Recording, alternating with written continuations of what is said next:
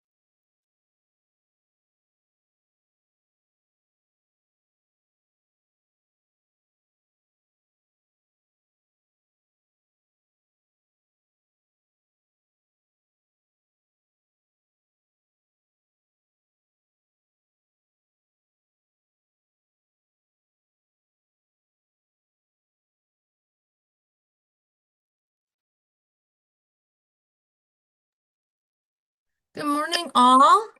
Thank you for joining us for this uh, this webinar in our Lunch and Learn series that we've started the last few years at the Estuary program.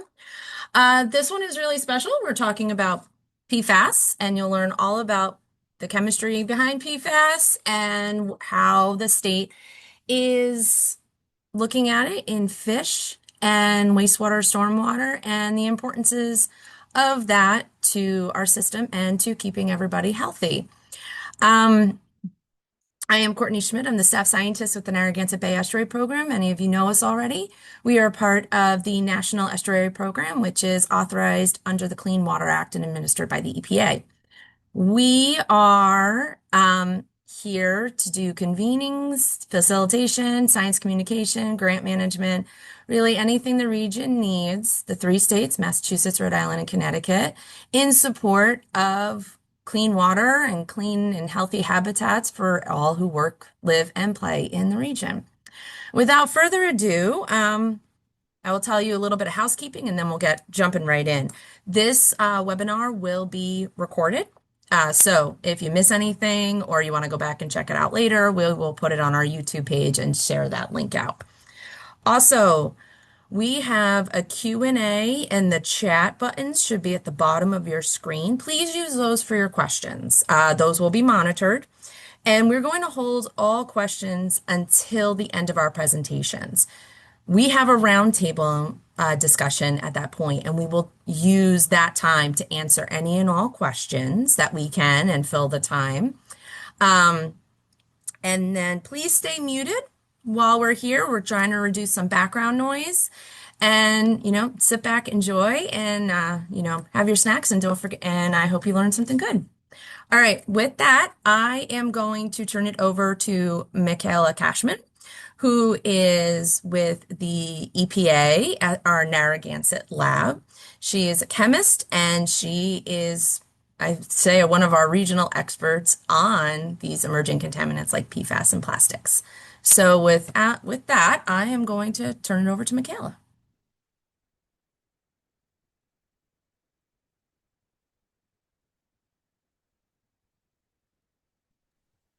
Thanks, Courtney. I just need 1 minute for housekeeping here. Can you see my slide that I'm presenting? I have to find that screen. It disappeared on me. Yes, I can. Okay. All right, take it away, Michaela. Great. Thank you all. Hi, everyone. Thanks for having us here today. My name is Dr. Michaela Cashman. I'm here to give the first presentation in this series along with Dr. Anna Roebuck.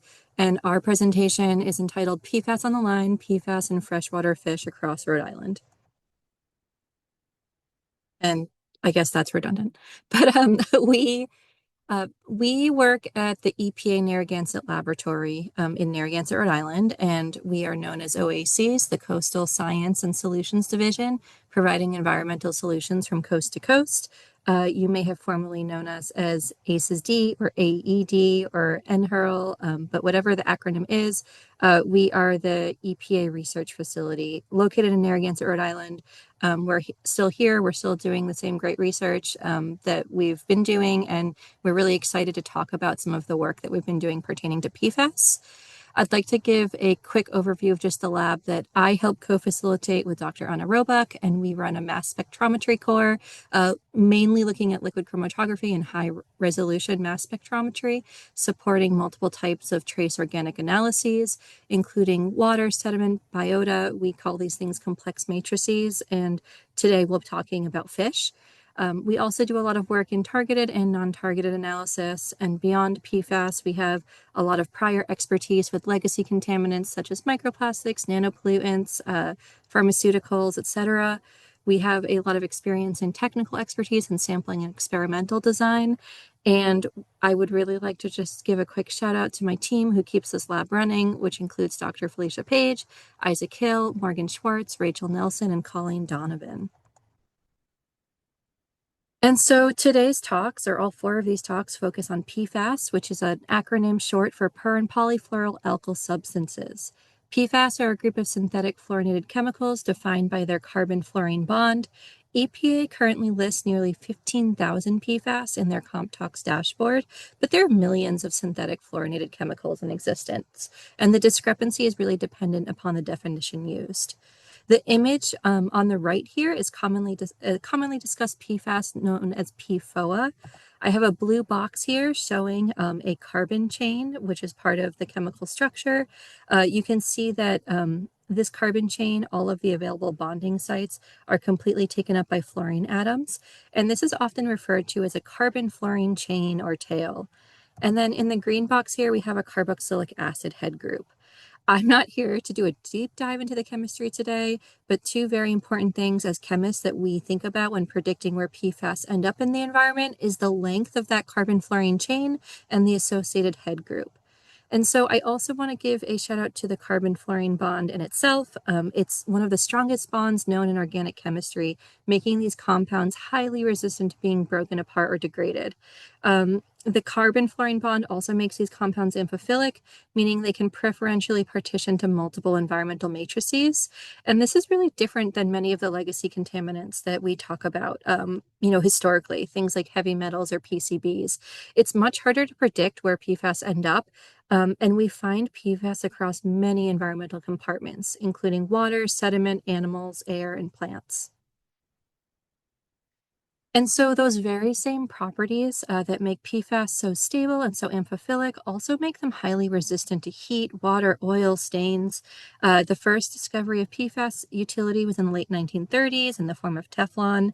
PFAS were used mainly in military and research-grade applications in the 1940s for things including valve coatings and military-grade textiles.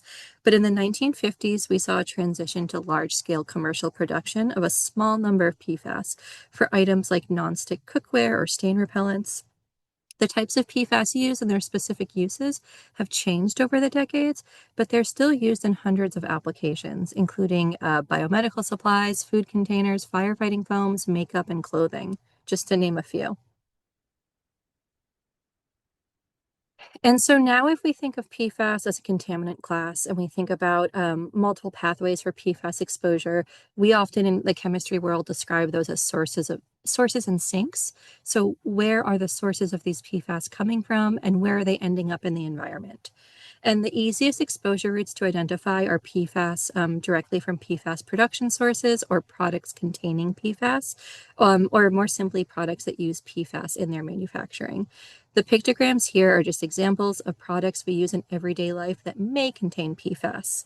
And this includes things like insect repellents and food containers, your stain-resistant sofas and carpets and your makeup, your paints, the list goes on and on. But improper use and disposal of PFAS containing products and wastes over many decades has led to high levels of PFAS entering our environment through waste streams and emissions. And consequently, PFAS are found in all sorts of environmental compartments, including surface waters and groundwater, plants, soil, sediments. We find them at detectable levels in even the most remote places on Earth. These environmental compartments have become sinks for PFAS, but they're also known as to be sources of PFAS to living organisms. And based on what we know about PFAS uptake, biotic processes, including maternal transfer and food consumption, can also be a source of PFAS to living things. So if we're thinking about, the PFAS burden in a human or in a bird or in a fish, you have to consider all these multiple exposure routes and potential pathways for PFAS to enter these bodies. And that's one of the things that makes PFAS so complicated when we're talking about PFAS fate and transport as well as PFAS risk.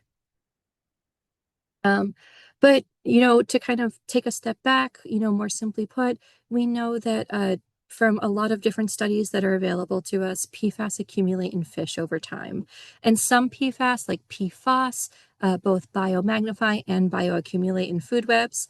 The concentrations in fish that have been detected thus far can be very different than concentrations in surrounding water due to partitioning properties and bioaccumulation.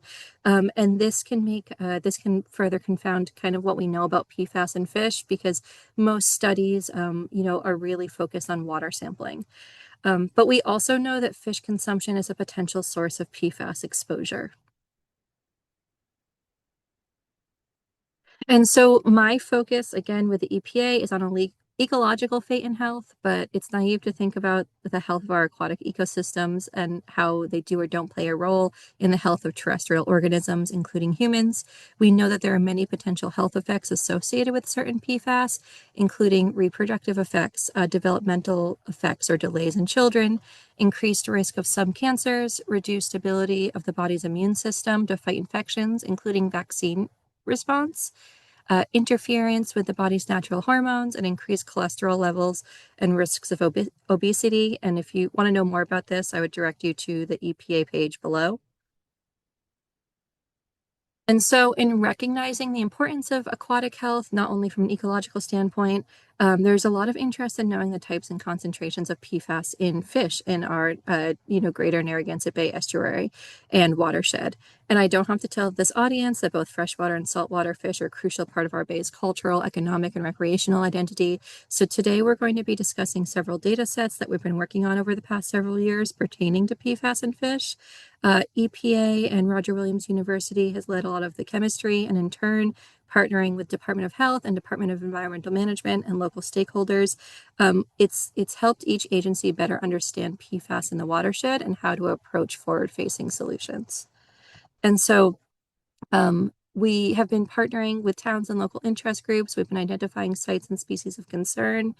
And pertaining to the Narragansett Bay watershed footprint, we have these 5 data sets that are in different statuses of completion. And I will be talking about the top 2 today. So PFAS and freshwater fish across Rhode Island. The other data sets listed here will be discussed by others in seminars in this or in talks within this seminar. And so the first data set I want to talk about is largemouth bass across the state as part of our freshwater PFAS research. Past research at EPA focused on mercury analysis and largemouth bass across Rhode Island. Largemouth bass were identified as kind of the flagship species for mercury analysis for some of this past work because they're an upper trophic level fish species in Rhode Island. They're recreationally fished across the state, and it's assumed that they are consumed by certain fishermen or fisherwomen across the state. And so from this old or archived data set of fish tissue of largemouth bass that were sampled between 2005 and 2013, there was a lot of leftover sample stored at the EPA. And so extraction and analysis of some of this leftover fish tissue was led by myself and Dr. Melanie Hedgespeth. And I also just want to give a nod to the original fish collectors and preservers led by Jonathan Serps and Jim Lake, both formerly EPA, and Alan Libby of Rhode Island DEM. And so we don't have a lot of data on PFAS use and disposal across the watershed, in part because many PFAS application users were unaware that PFAS were even used in their processes or goods for a long time. But we do have tools like the ECHO database that can help us identify potential PFAS sources based on land use and external data. And so I'm showing a map here, and the map on the right, the yellow dots represent all of the different locations, the freshwater bodies in Rhode Island, where there was existing archival largemouth bass tissue. The purple dots include eco industry points of interest. And again, these aren't known PFAS sites, but based on the eco database that flags kind of any geographic location within the states that includes airports, federal airports, NIPT's discharge monitoring reports with documented PFAS, and points of interest, just meaning firefighting facilities, airports, textile facilities, metal plating facilities, polymer manufacturing facilities. Again, not known PFAS sources, but potential PFAS sources based on just known history of products used and the applications of these processes. We identified 11 water bodies from this archive sample set that we wanted to further explore for PFAS. And so we took samples from these 11 water bodies and we analyzed them using targeted analysis for 24 PFAS using liquid chromatography, and we're calling it here LCMSMS. And here are the 11 water bodies that we're talking about today. We had a pretty good spread across the state, though that central western portion was sort of left out. And, you know, I wish we could change that now. I'd like to also point out that Schoolhouse Pond and Deep Pond in the southern portion of the state reside on Narragansett Indian tribal property. And out of respect for the tribe, we will not be sharing those data today, but we will be talking about these other water bodies listed here.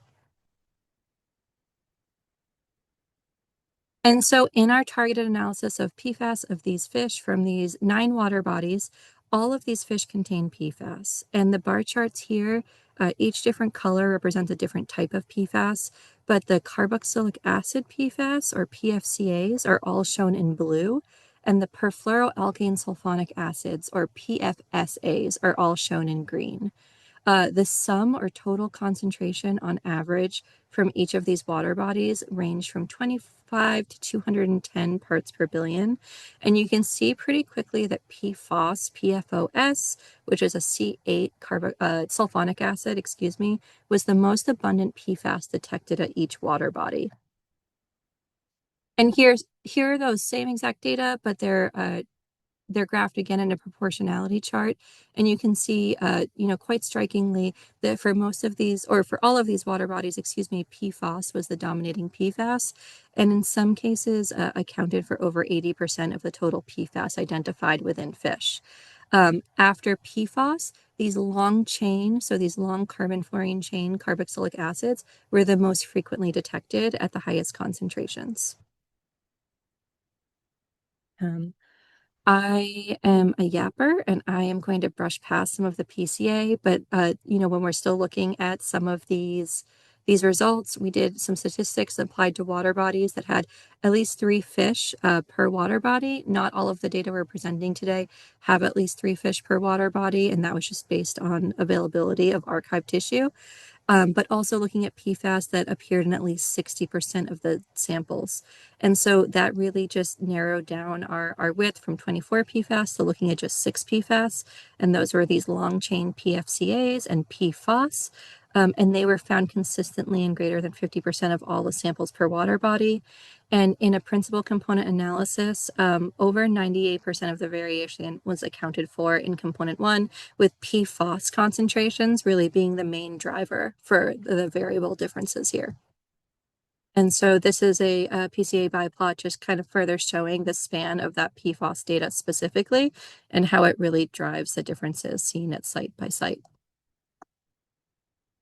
Another data set that I'm going to quickly touch upon was were all fish collected in Bradford, Rhode Island at a former textile mill. This work was led by Dr. Melanie Hedgespath, who is now with EPA OCSPP, and Dr. Dave Taylor from Roger Williams University with support from Alan Libby of RIDEM and Mark Cantwell, formerly EPA. We did targeted analysis data for 4 fish species collected in a recreational fishing pond near a former textile mill. And this was a collaborative effort between EPA, Roger Williams, and RIDEM. And the results of these data, we were able to provide to Rhode Island state agencies with critical information to understand PFAS exposure and support future development of state guidelines and advisories.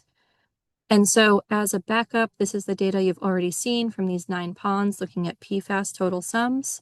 The concentration seen in Bradford, Rhode Island as part of this technical support request within the former textile mill pond, you can see that largemouth bass tissue concentrations were significantly higher on a nanogram per gram wet weight concentration of archive muscle tissue.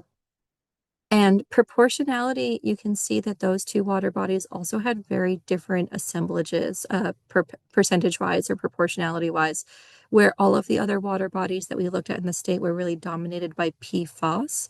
You can see pretty quickly that the pattern seen in the Pawcatuck River as well as Grills Pond really favored some of these long-chain carboxylic acids. So much higher concentrations and very different proportionalities of PFAS.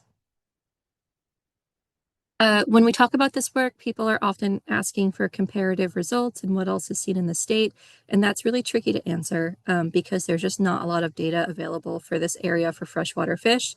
There are some large-scale EPA programs that do randomized statistical analyses of water bodies across the country, and in 2013 to 2014, the EPA National Rivers and Stream Assessment, or NRSA, did some work on PFAS in freshwater fish from rivers. 95% of those fish had detectable PFAS, but the nationwide PFAS average was 9.8 parts per billion. And that 9.8 was still 278 times higher than levels detected in commercially relevant saltwater fish detected by the FDA. In the EPA's 2022 National Lakes Assessment, we saw a nationwide PFAS average of 8.3 parts per billion, a Rhode Island PFAS average of 3 parts per billion, and a Massachusetts average of 12 parts per billion. The data that I showed you before from those 9 water bodies had an average PFAS concentration of 43 parts per billion.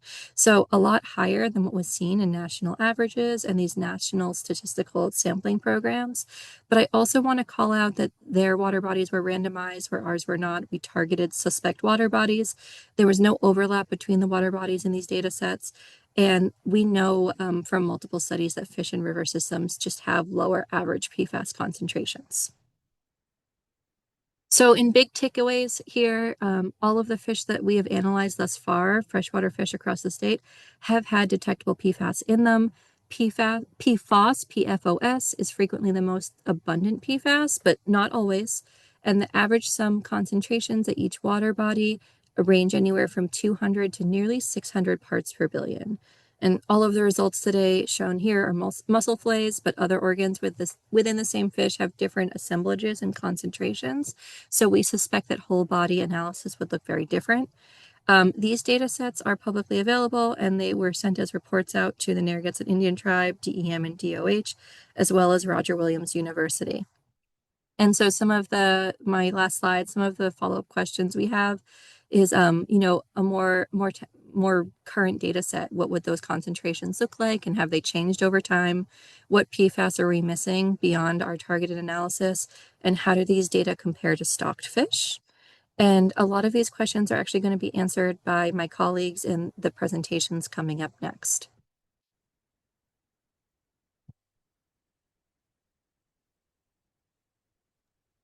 Awesome. Thank you, Michaela. Please don't forget to put questions and comments in the chat or use the Q&A. This was a great overview. And so now I'm going to turn it over to Isabella. And Isabella, would you like me to share my screen? Yeah, that would be great. Thank you, Courtney. Perfect. Okay. Okay. Okay.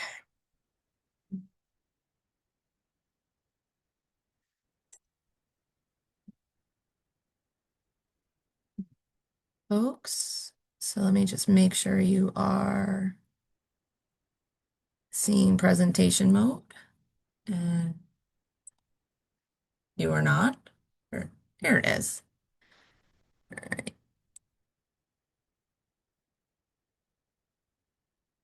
All right. Nope.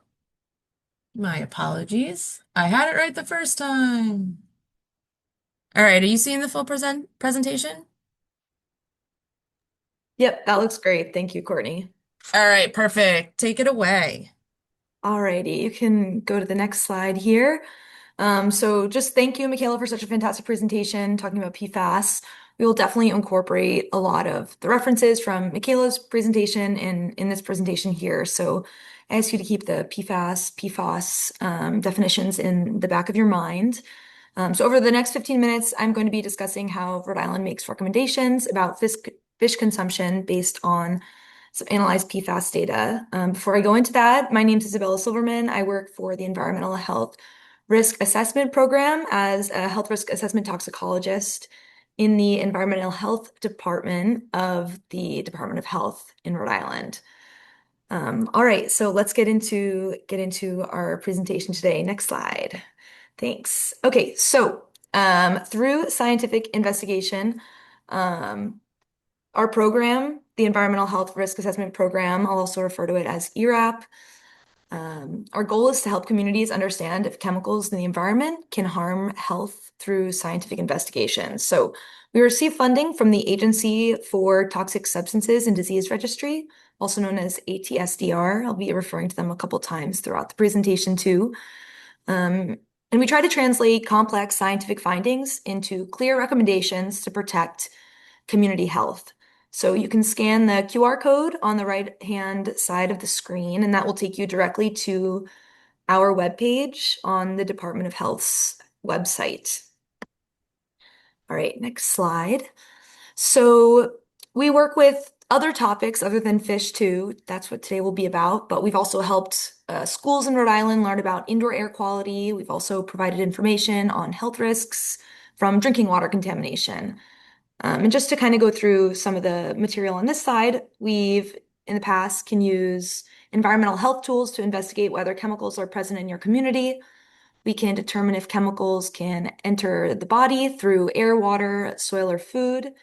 We can also assess whether exposure to these chemicals can affect health, as well as providing health consultations, which is a word our program uses for technical reports, and make recommendations that people and organizations can use to make health-based decisions, as well as communicate with community members and stakeholders about chemicals and protection strategies. So our group is an advisory group. We're able to make recommendations, but not able to necessarily create regulations and change policy. So some other things we might not or cannot be able to do include changing how facilities operate, change zoning codes, or make other organizations take specific action. We also can't collect soil, air, water samples and test them for chemicals. And we also can't, for example, tell you why there are illnesses in your community. All right, next slide. So today we're going to be continuing Michaela's presentation, presenting our own information, talking about PFAS and health risks. So first we want to talk about why this matters. So the term PFAS, as mentioned, encompasses a large family of chemicals with a similar structure, a carbon chain with attached fluorine atoms. And these compounds are man-made and highly resistant to degradation. So PFAS persist in the environment and eventually make their way into humans. So PFAS compounds continue to be studied for their health effects, and the science on this is changing and evolving due to their complexity. But we do have some known health effects, which I have bulleted out on the screen, which include higher cholesterol, lower infant birth rate weights, weakened immune response, and risk of kidney and liver cancer. So you can read more about those specific health effects from our sources on the slide below. But also, you could scan the QR code on the slide for a link to ATSDR's clinician fact sheet. So it's primarily for clinicians, but I think it's also really helpful if you're interested in learning more about health effects related to PFAS. Also looking into this might be of interest.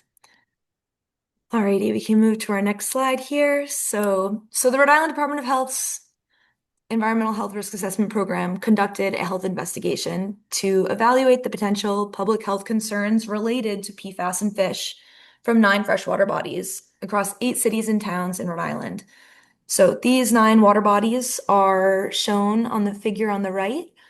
So Belleville Pond, Bowdish Lake, Chapman Pond, Gorton Pond, Roger Williams Park Ponds, Slatersville Reservoir, Stafford Pond, Tog Lake, and Warwick Pond are the 9.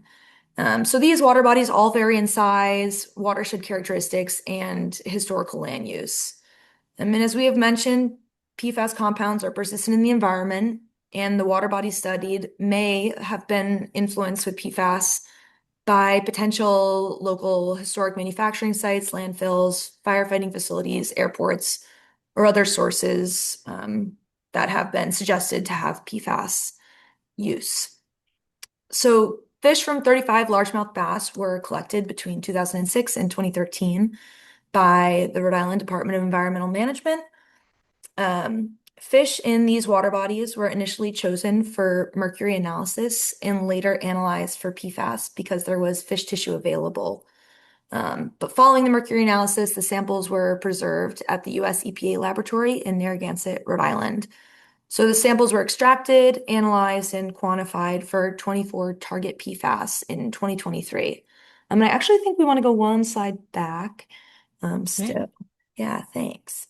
So tested for 24 target PFAS.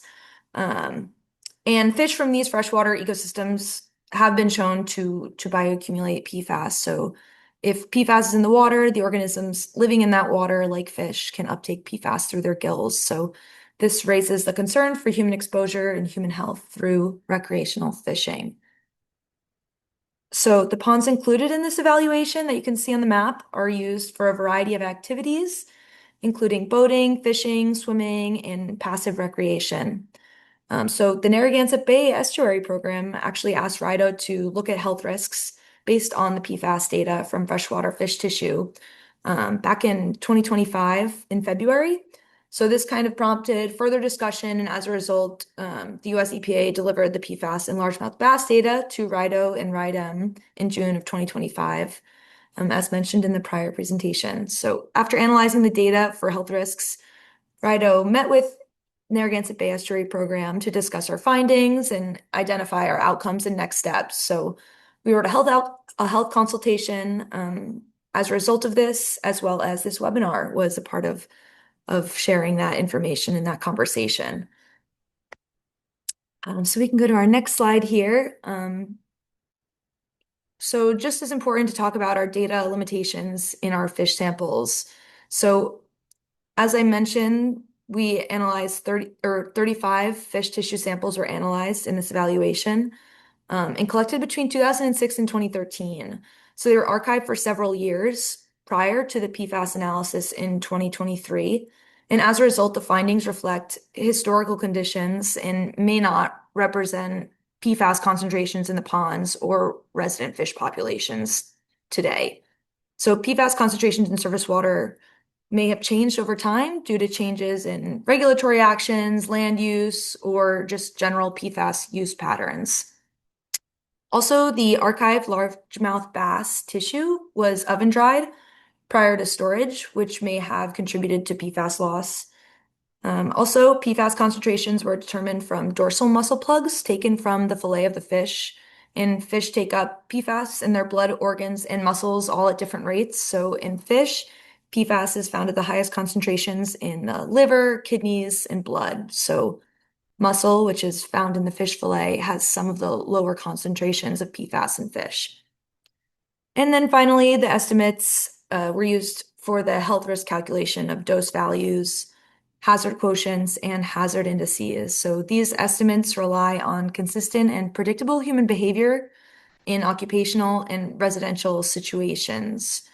However, as we know, human activities can have large variability, and exposures are unique to each individual person. So therefore, the assumptions may include more fish being consumed than folks might or probably do. All right, we can go to the next slide. So let's talk about the data. So PFAS is one of the most common and well-studied PFAS compounds and tends to accumulate in fish tissue. One of the conclusions from our study is that PFAS is the major contributor of PFAS in largemouth bass and freshwater fish throughout the state. So the figure on the right shows the average concentration of total PFAS in largemouth bass in different water bodies. So PFAS making up a total of 46 to 74% of the total PFAS collected in the fish from these individual water bodies is the takeaway here. So while there are a limited number of samples in the data set, PFAS was the primary PFAS of concern from the freshwater largemouth bass, and updated sampling data are needed to confirm current levels of PFAS in largemouth bass and make up-to-date recommendations about safe fish consumption. So RIDOH used these data to establish a method for future fish consumption guidance. And that'll bring us to our next slide. We can go to our next, oh yeah, here we are. All right, so RIDOH used the data from the water bodies around the state to develop a PFOS-based meal recommendations framework. And this is really important because we want to guide future freshwater fish consumption recommendations.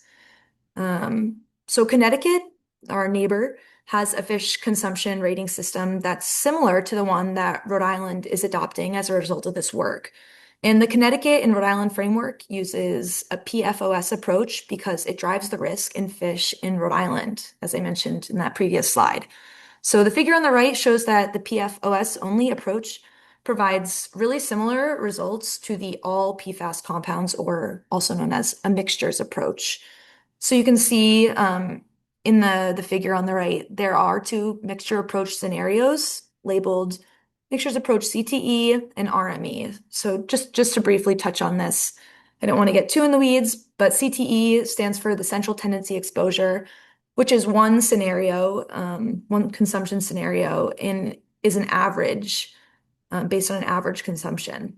RME, or reasonable maximum exposure, is a second scenario, which is an estimation of an upper limit of exposure. So someone who maybe eats more fish meals or higher ounce fish meals in a certain amount of time. So you can see the PFOS approach has similar results as both the CTE and RME mixtures approach, and therefore Rhode Island decided to move forward with using this PFOS approach due to the similarities. We can go to the next slide. So this kind of carries from our prior slide talking about other states' work. So since Connecticut uses a PFOS-based approach, we also wanted to look at other neighboring states, and we noticed that New York has a similar rating system for the fish consumption guidance they give to their citizens and population. So does Maryland, Maine, and Washington. They all use PFOS-driven health risk approaches to their meal per month or meal per week recommendations framework. So we can see in the table on the right, Connecticut's risk-based consumption framework for PFOS in fish. All the way to the right, they give the concentration of PFOS and then the associated meals per amount of time for consumption. And that will bring us to our next slide. What is Rhode Island's framework? So the table on the right shows the cutoff values of the PFOS concentrations in fish tissue that we adopted as a result of this data and this work.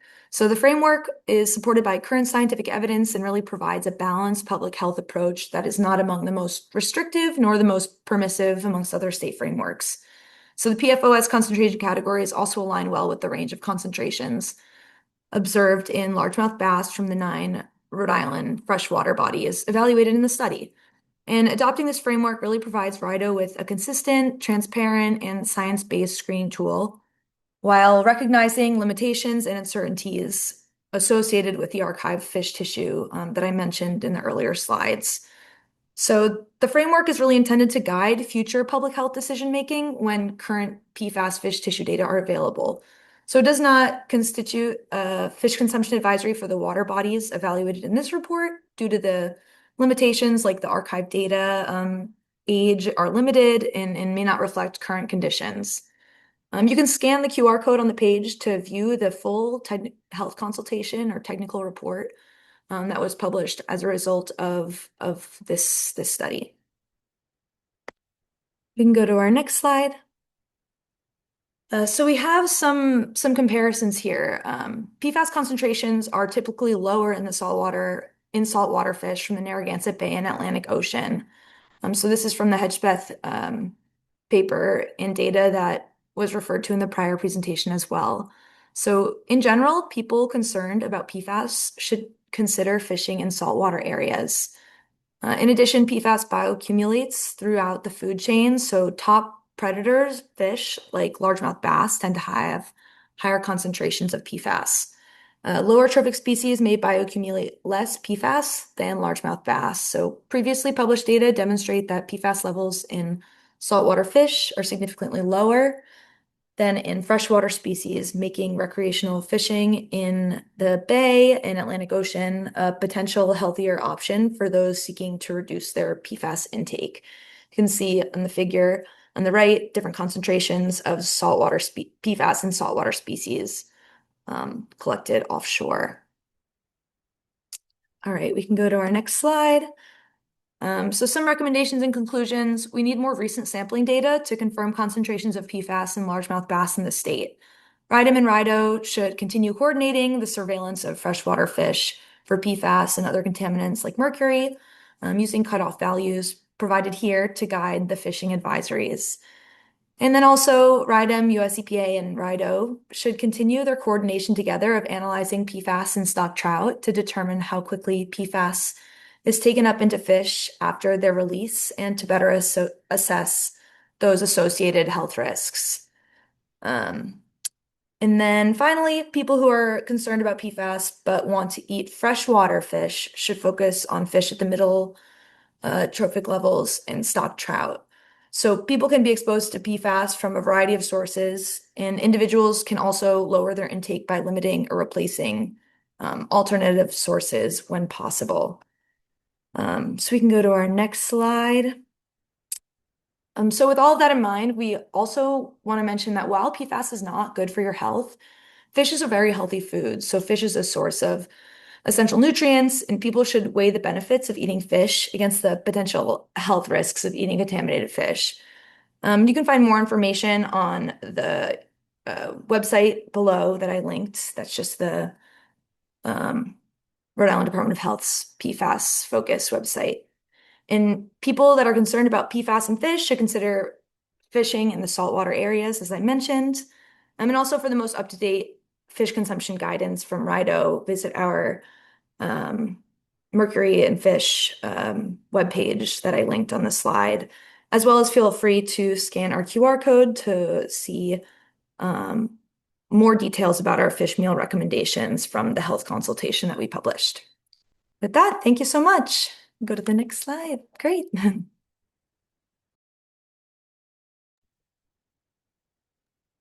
All right, thank you all. So yeah, keep the questions coming, and I'm going to turn it over to Dave Taylor with Roger Williams University, who will talk about the saltwater fish and PFAS concentrations in that.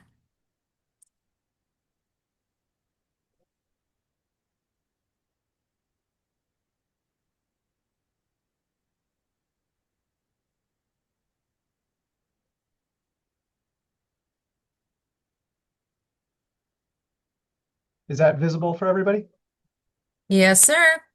Excellent.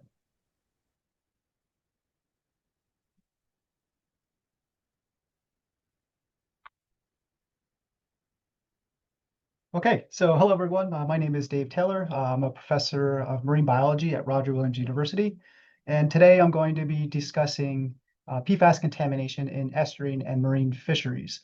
And really the stars of this presentation are striped bass, summer flounder, and blue crabs. Those are the species I'm primarily going to be focusing on.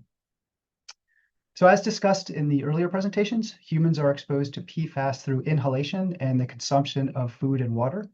But for most people without contaminated drinking water or occupational exposure, fish consumption is the main source of PFAS. So that's our focus for this presentation as well as this overall webinar, so looking at fisheries.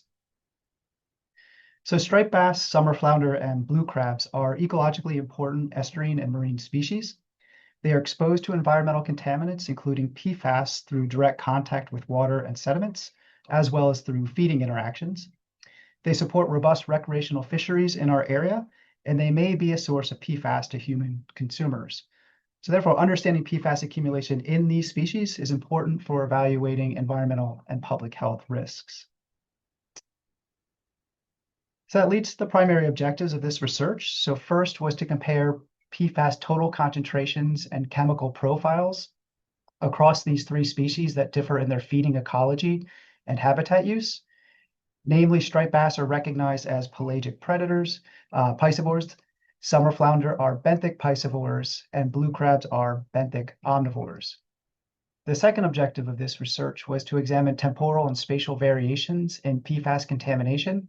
And here I'll be focusing on the temporal variations for striped bass and summer flounder, and for spatial variations, I'll focus on the blue crabs. So for the methods, fish and crabs were collected throughout Rhode Island waters, and freeze-dried muscle tissue underwent analytical analysis. This was performed at the US EPA Narragansett lab, and again, they specifically did targeted analysis of 24 PFAS compounds using HPLC mass spec. Now, throughout this presentation, I'll primarily discuss three PFAS classes. That is PFSA, PFCA, as well as their precursors. And we got some good introductions into these PFAS classes, but I'll just do this as kind of a reminder that when we look at PFSA and PFCA, they primarily differ in their functional group head. So here we see PFOS, which is a good example of a PFSA, and we see that its head structure is the sulfur trioxide. When we look at PFOA, that's a great example of a PFCA, and the functional group here is a carboxyl ion. That brings us to the precursors. Precursors are larger or more complex PFAS compounds that can be transformed into simpler PFAS. The one that I'm actually showing you here is FOSA, and that's actually the precursor for PFOS. So for this research, striped bass, summer flounder, and blue crabs had sample sizes ranging from 13 to 60. Bass and flounder were collected from the upper, mid, and lower Narragansett Bay, as well as Rhode Island Sound. Blue crabs were also collected from bay locations, but they were also collected from two tidal rivers, that being the Seekonk River, as well as the Taunton River, as well as several coastal ponds in southern Rhode Island. And although they're referred to as ponds, they're lagoons, they are saltwater systems. All the samples were collected between May and October from 2006 to 2014. So all the results I'm presenting today are from archived tissues. Now, as I mentioned a little bit earlier, an organism's feeding ecology can affect its accumulation of certain PFAS compounds. So I want to briefly highlight the diets of these three target species. So these pie charts show the contribution of major prey groups to the diets of striped bass, summer flounder, and blue crabs. Bass and flounder primarily feed on bony fish, as well as squid, whereas blue crabs primarily feed on bivalves and decapod crustaceans, so shrimp and other crabs. Now, later in this presentation, I'll incorporate PFAS data from several of these key prey species, and this is going to include the butterfish, the longfin squid, and then several species of bivalves, namely several mussel species and the hardshell clam. So moving on to the results, this figure illustrates the proportional contribution of three PFAS classes for a particular fish species. And you'll note here, I am placing the striped bass data and summer flounder data into the context of the largemouth bass, which you saw reported in the last two presentations. Now, our PFAS classes are color-coded as such. The precursors are in gray, long-chain PFCAs are in blue, and long-chain PFSAs are in red. So for all three of these species, short-chain PFAS compounds were basically absent. When we look at largemouth bass, PFSA was the dominant compound class, and this was mostly attributed to high concentrations of PFAS.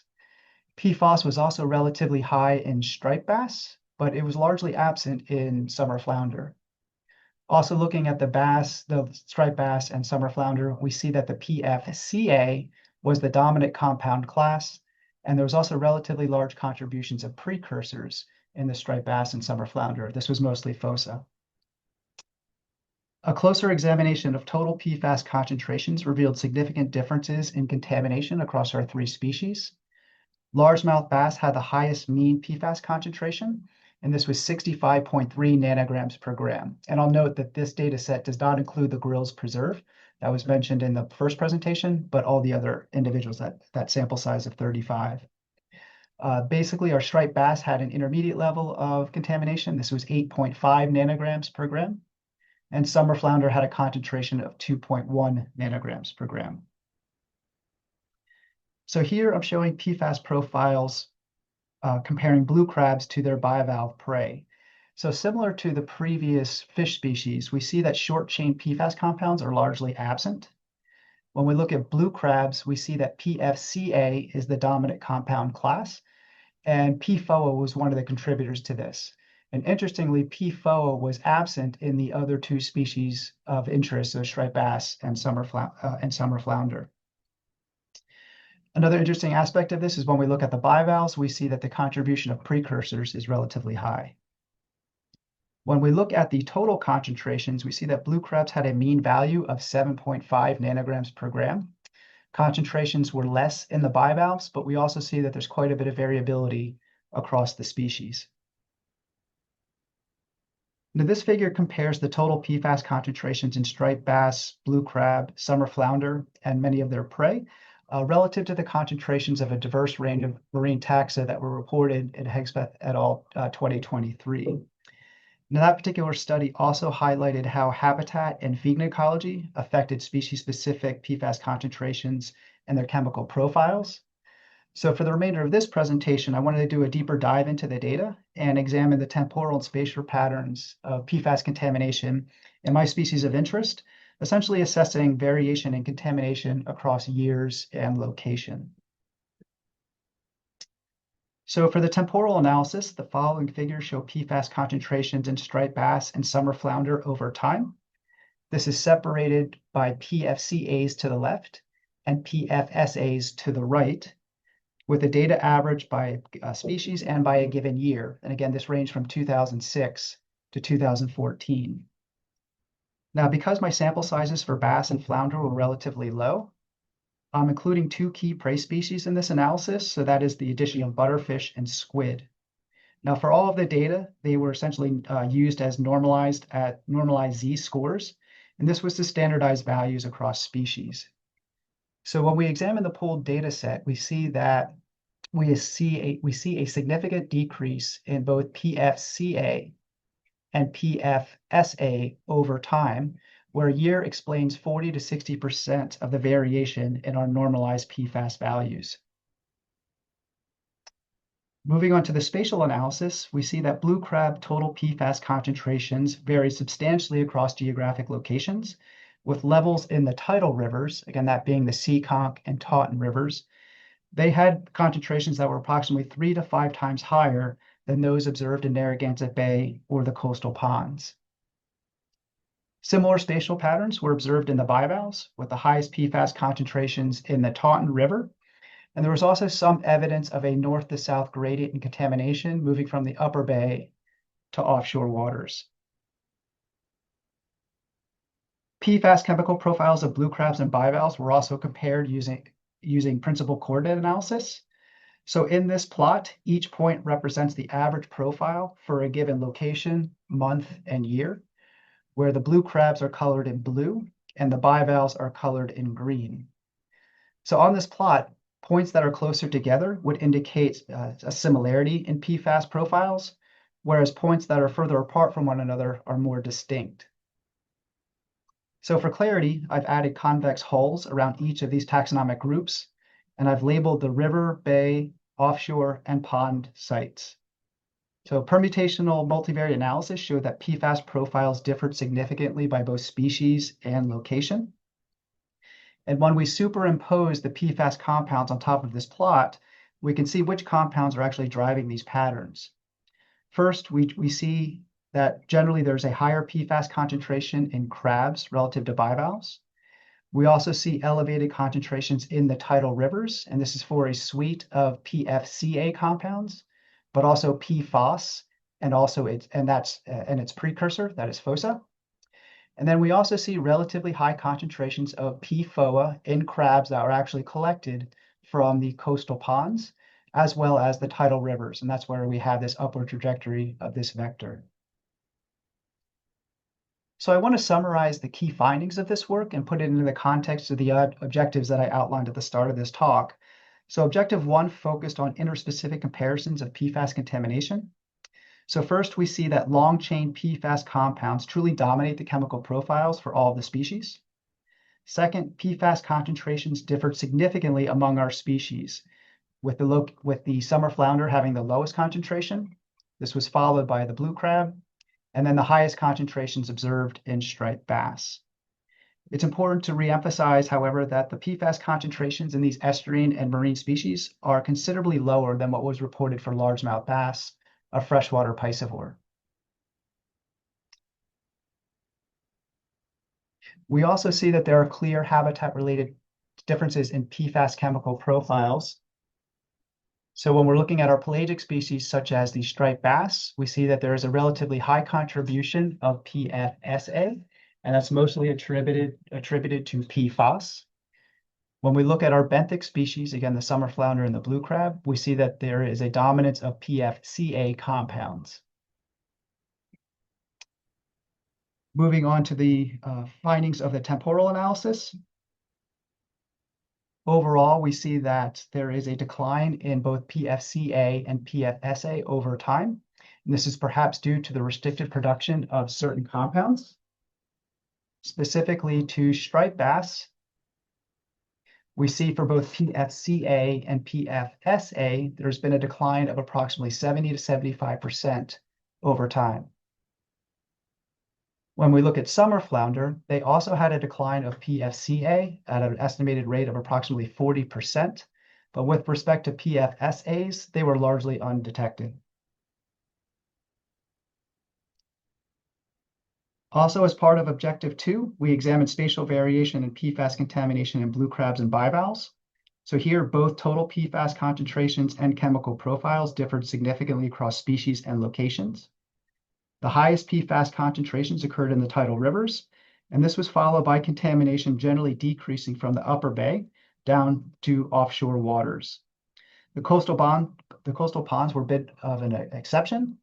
The concentrations of PFAS in crabs collected from this location were comparable to that of the upper bay, and we also see crabs from the coastal ponds having a relatively high concentration of PFOA. Finally, I'd like to briefly mention my current work with EPA collaborators. So we are conducting a contemporary analysis of PFAS contamination in the region. And in doing so, we're measuring concentrations in water, sediments, finfish, shellfish, and their respective prey. So this updated assessment, we hope will provide an important benchmark for comparing our data to the historical data that I just presented. And ultimately, our goal is to better understand how PFAS contamination has changed over time. We intend on reevaluating spatial and temporal patterns in contamination. And lastly, evaluate PFAS movement through both the estuarine and marine food webs.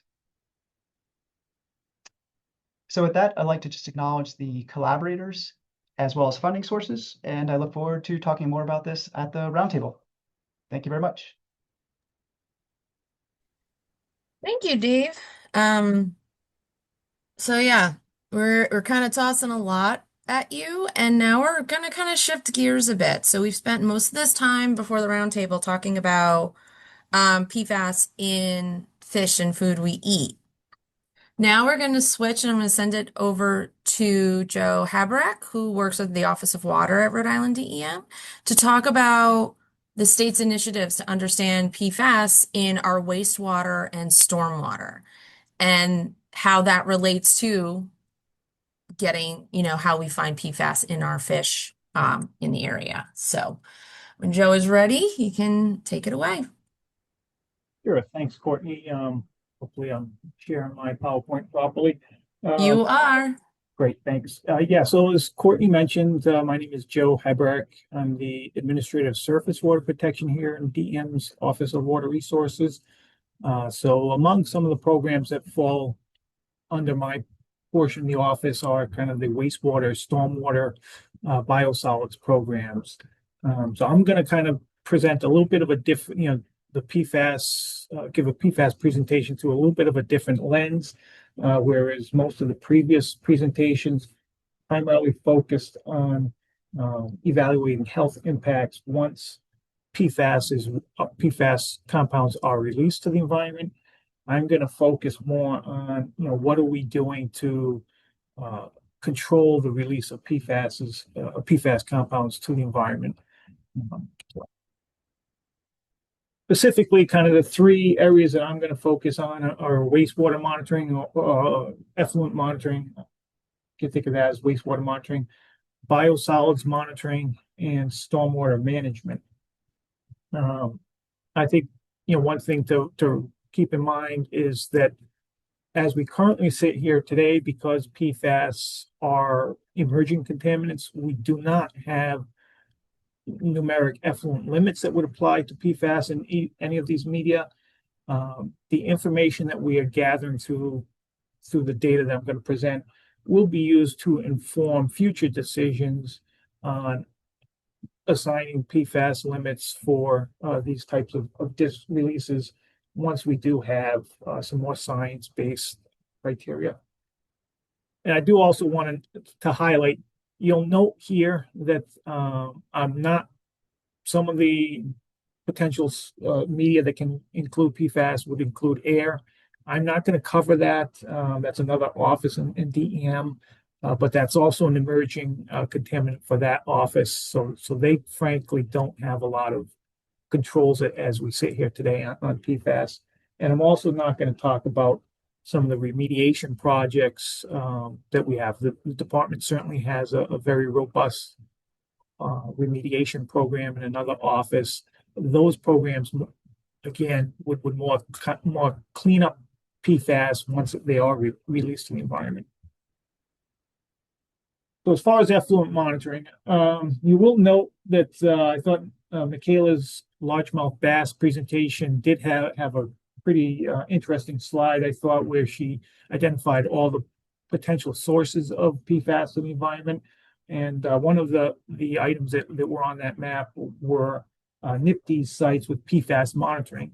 I think it was kind of an orange box or circle on her map. There were not a lot of them, and the reason for that is that, again, PFAS is an emerging pollutant in the NBEP's realm. NBEP's, for those of you who may not know, is a national pollutant discharge elimination system.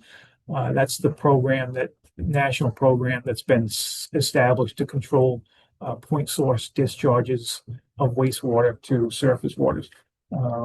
But you'll note in Michaela's presentation, there were not a lot of PFAS monitoring from NBEP's entities.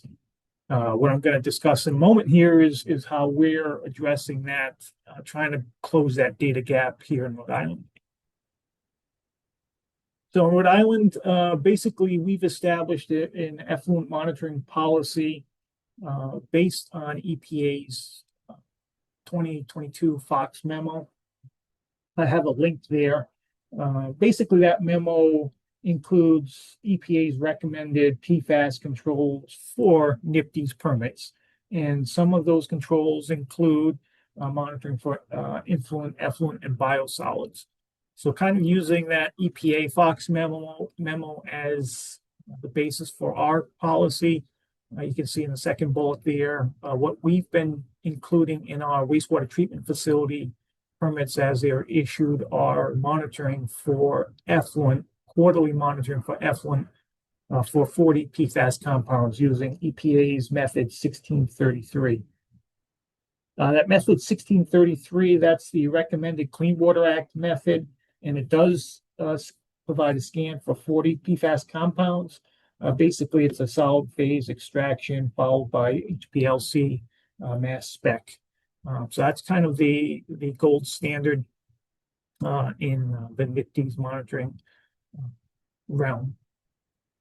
So that's quarterly monitoring of wastewater effluent. In addition to effluent, we also have conditions that we're including our permits for annual monitoring and reporting for certain indirect discharges to those wastewater treatment facilities. So those would be industrial facilities that discharge into the sewer system and then subsequently are treated by the wastewater treatment facility.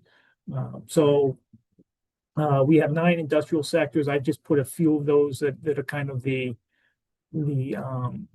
known the industries that are known sources, kind of most commonly known sources of PFAS, and those include platers, metals finishers, landfill leachate, and airports. Airports because they frequently use firefighting foam.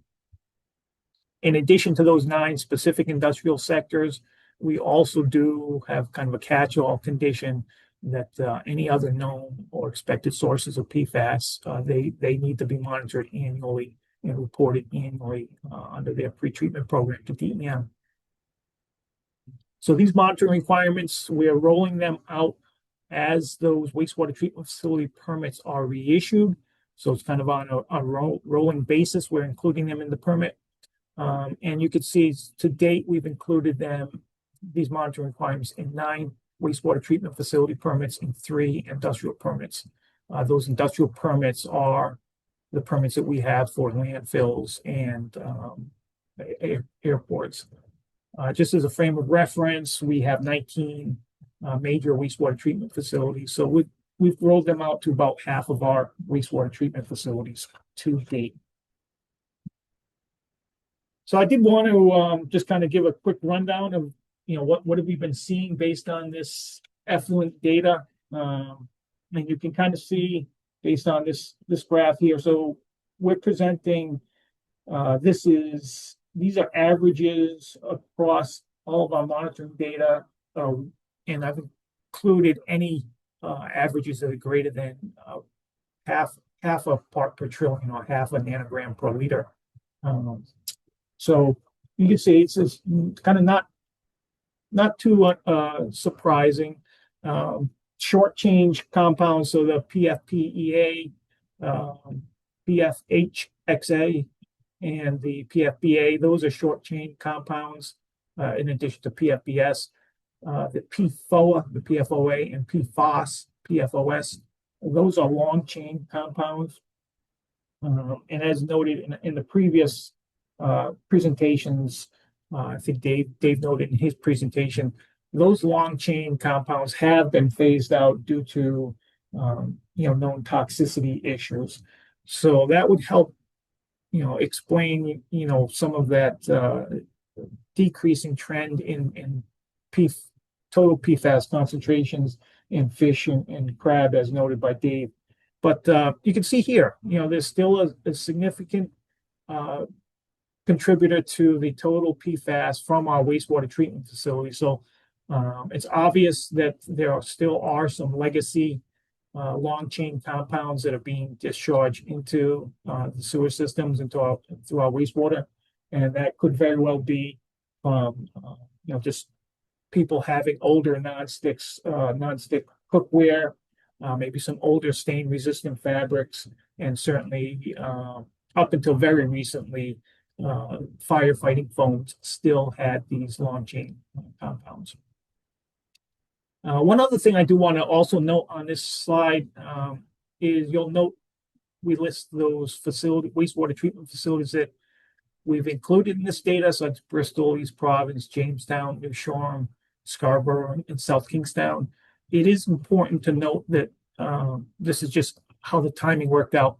These particular wastewater treatment facilities are not our most heavily industrialized, I'll call them, treatment facilities. So these are the wastewater treatment facilities with proportionally smaller flows from industrial facilities.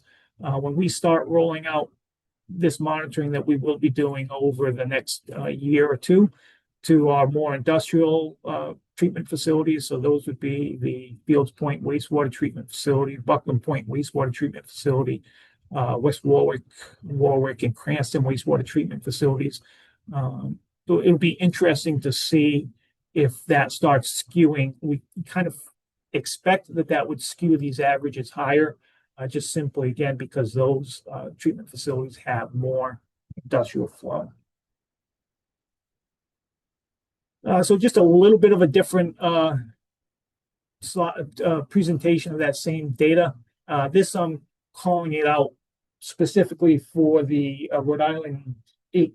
I'll call them the Rhode Island 8 PFAS compounds. So those are the compounds that are included as part of our water quality action level pollutants from our Rhode Island water quality regs. And you can just see there, if we sum those up, the averages, we're at 43.4. The action level that we've included in our water quality regs is 70 parts per trillion. So we're actually below that action level, which I think is a good sign. So that's kind of the take on wastewater effluent monitoring. To switch it up a little bit, switch to biosolids monitoring. So as part of the wastewater treatment facility process, you can, a very simplistic kind of box model, if you will. You can picture it as sewage going in. You've got your biological treatment, clean waste, clean effluent going out, and what you're left with are biosolids. And in Rhode Island, we incinerate the vast majority of our biosolids. However, another outlet for biosolids, particularly in other states, are using it for fertilizer or soil amendment.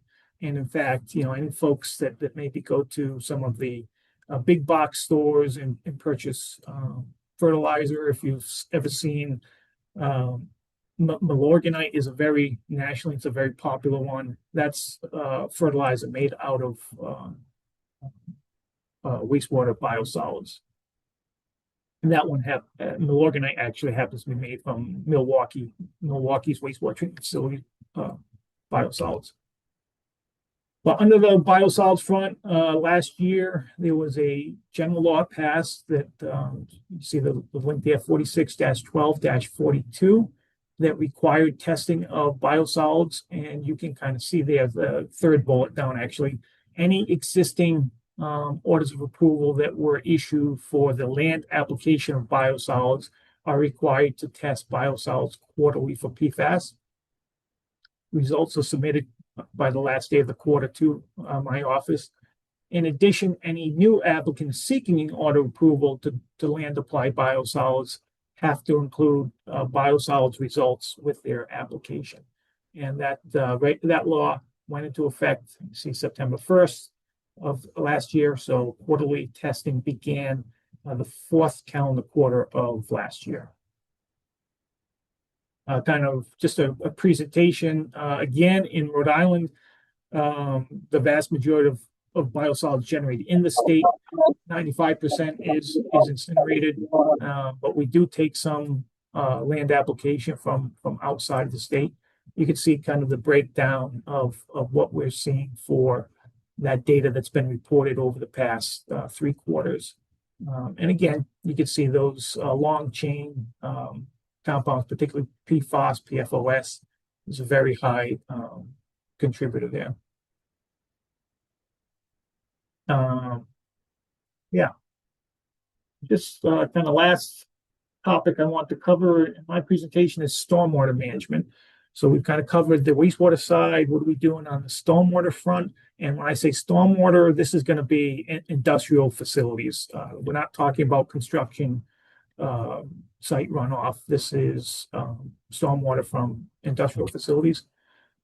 In general, I think it's important to understand what type of permitting approach we use for stormwater. It's not a hard, unlike wastewater where you have a hard limit that you need to meet.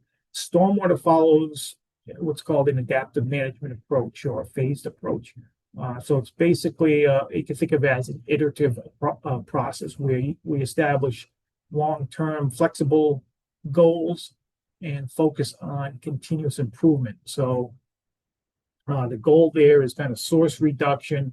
We're looking to minimize exposure to the stormwater as opposed to trying to treat the stormwater as it's running off, because we all know that would be very challenging, because you can have vast differences in the size of the runoff, the volume of runoff based on whether it was a tenth of an inch storm or maybe like we've had more recently a 2-inch storm, large storm. So the stormwater kind of permitting approach is this adaptive management approach that looks to have incremental improvements in terms of source reduction, minimizing exposure of the stormwater to those pollutants. So following that method, we've included PFAS management processes in our industrial stormwater permit. Some of those requirements we just bulleted here. We have the facility evaluate whether they had historically used PFAS, identify any materials that they're currently using that contain PFAS, and they include that in their SWMP SWIMP, which is their stormwater management plan. And then accordingly, they would implement BMPs to reduce or eliminate those PFAS in the materials through either product substitution, storing appropriately in secondary containment away from drains, making sure that they replace any PFAS contaminated equipment, and so forth. In addition, under that SWIMP, stormwater management plan, they need to make sure that they have appropriate emergency response equipment and training, so that if they were to have a spill, not just PFAS containing chemicals, but any chemical in general, but this one focused on PFAS, but if they have a spill, they're using appropriate cleanup procedures to minimize that exposure of the spilled material to stormwater. And with that, that's my presentation. I look forward to be happy to discuss this in more detail during the roundtable. Thanks.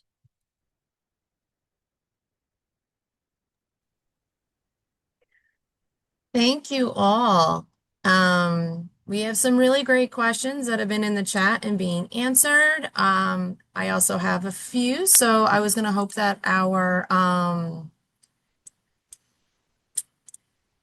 panelists can come on camera and we can have them answer some of your questions. So starting at the top, I think Michaela and Isabella and Dave all kind of answered this question about differences in PFAS accumulation in fish in different habitats.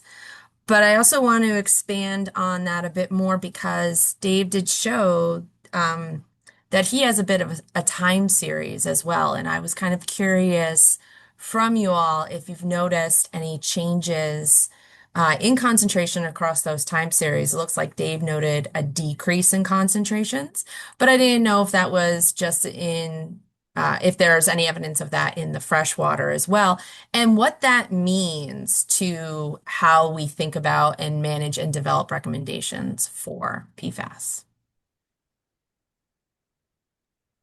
I can kind of start off just kind of RIDOH's perspective on this. So we see in the literature, not only in the New England area, but across the whole country, PFAS decreasing over time in different water bodies, and that's dependent on a lot of factors. But I think that's one of the reasons why, from the data set that we wrote our health consultation on, that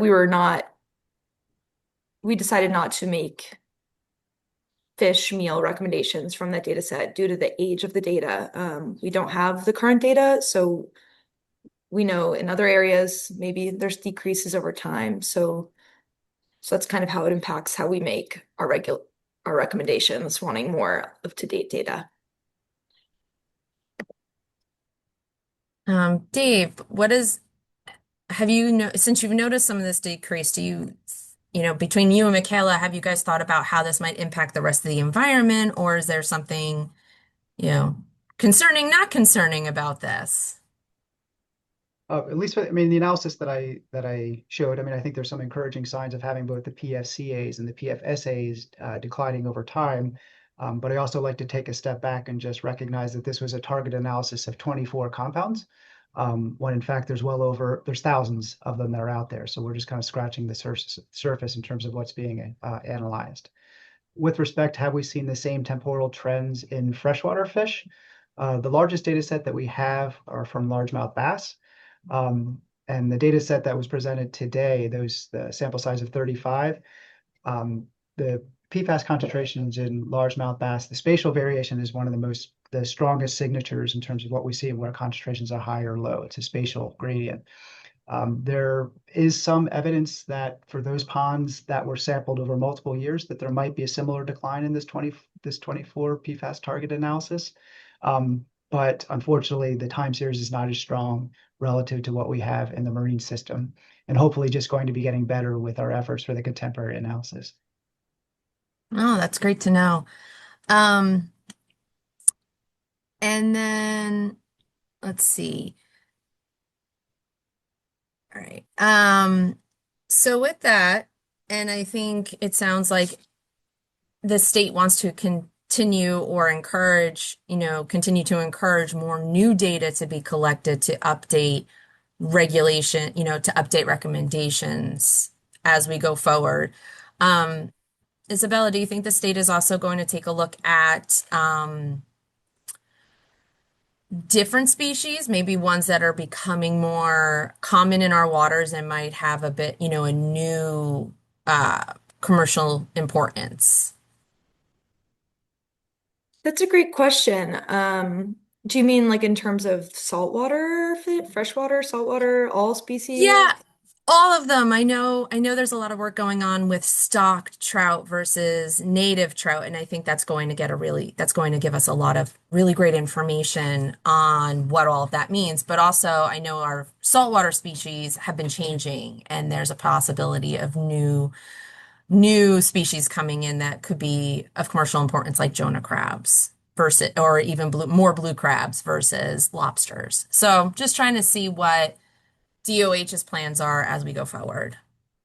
Yeah, that's a great question. So we're happy to look at data. Our program can look at data and make health recommendations or write reports on data in analysis that we receive. But unless we are sent the data, where we can't go and do sampling, our program doesn't have that capability. But we would be happy to look at additional data as it comes our way and kind of either make recommendations or write a similar health consultation or other similar technical memos related to that. Yeah, that's a great idea. There's one from Fred who's this is directly to you, Isabella. Is there consideration being given to a more systemic approach to exposure as a total health risk index? And he says, we are looking at fish concentrations primarily. If we include additional exposure sources such as drinking water, inhalation, aerosols, etc., it would present a more systemic reading of exposure. And is there a mechanism or a way to move towards this, or is that a valuable way to go? So I kind of caught the second half of the question. Is there somewhere that I can read the question, Courtney, or is it just to you? Can I It's hear in it the again? question and answer if you Okay. see it. Oh, But here. basically, yeah, it just talks about we looked at fish today and we know there's so many other exposure patterns.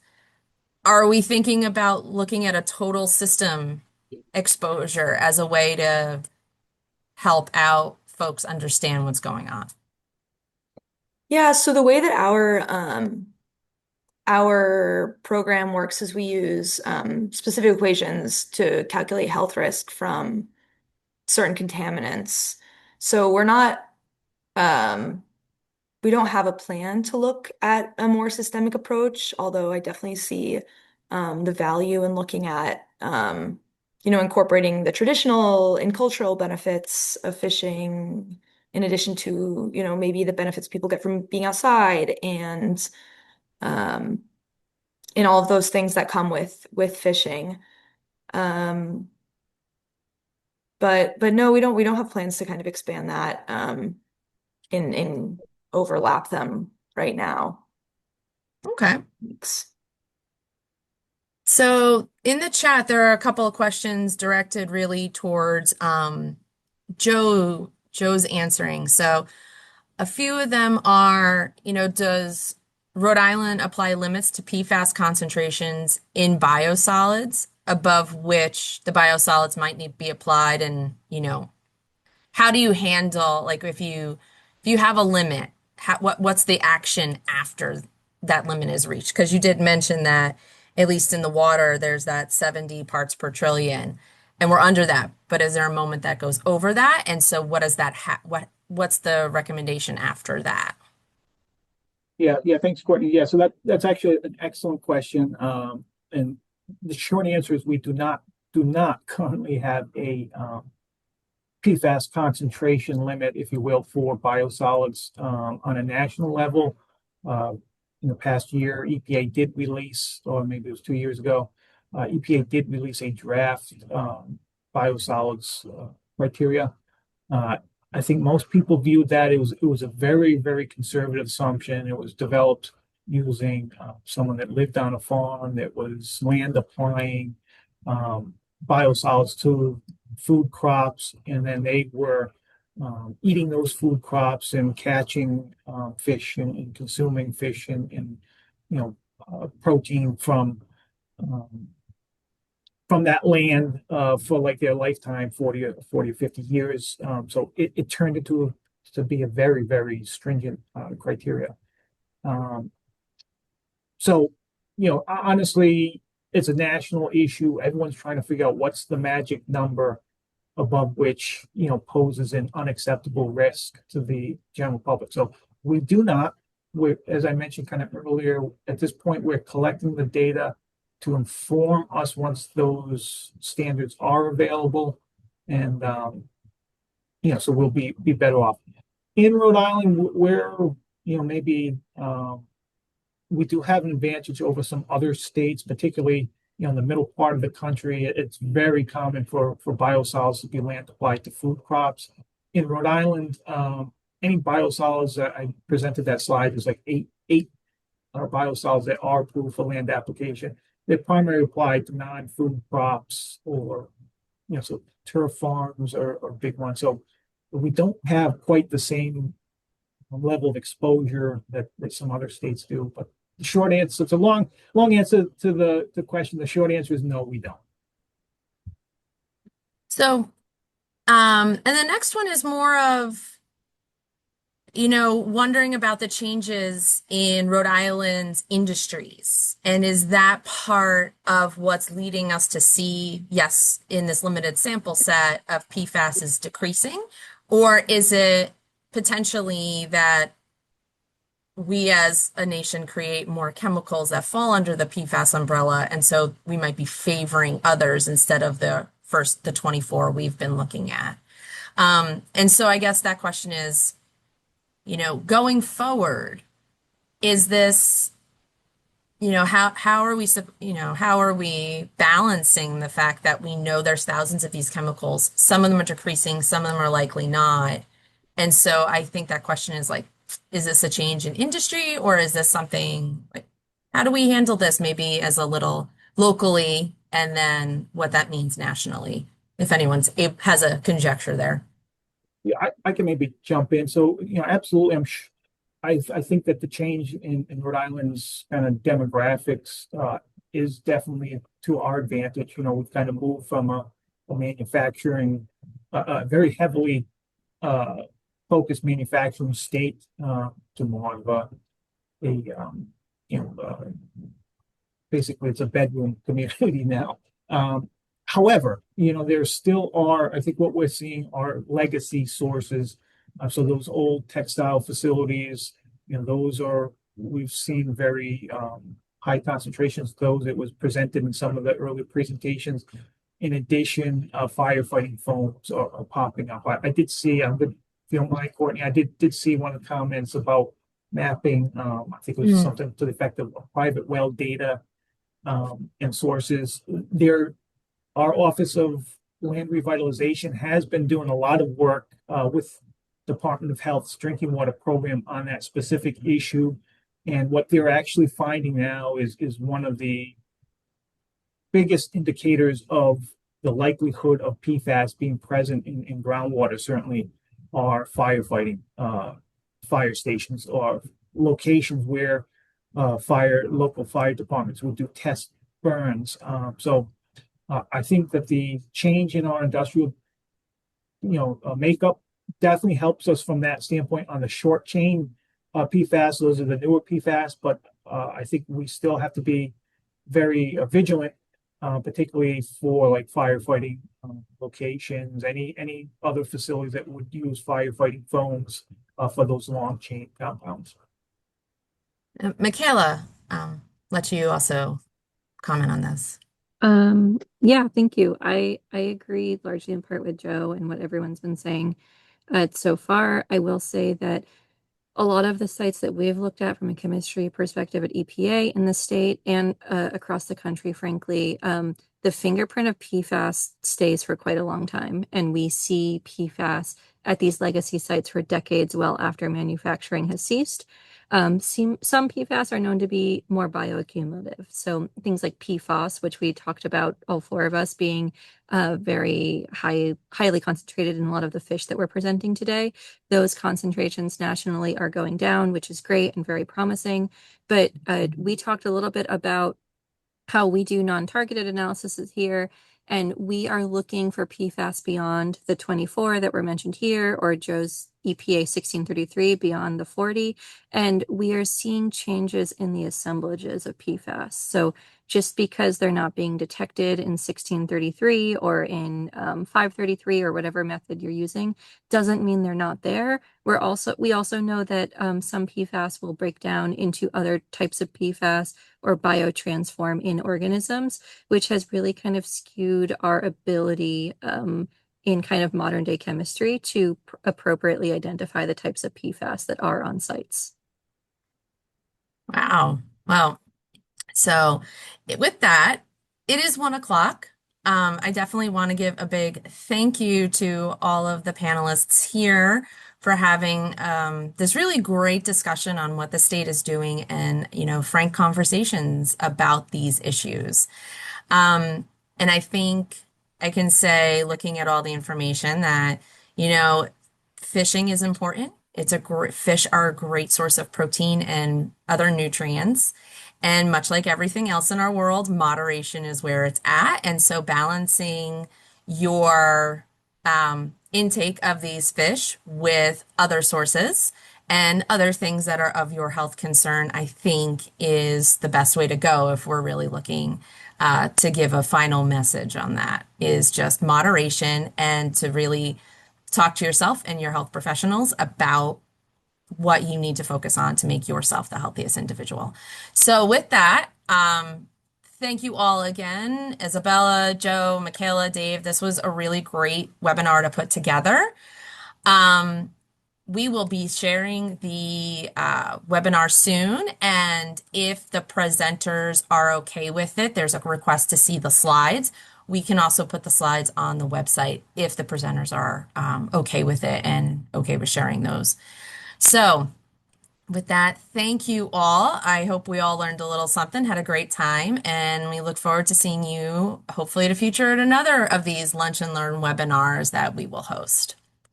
All right. Have a wonderful afternoon. Thank you. Thank you, Courtney. Thank you.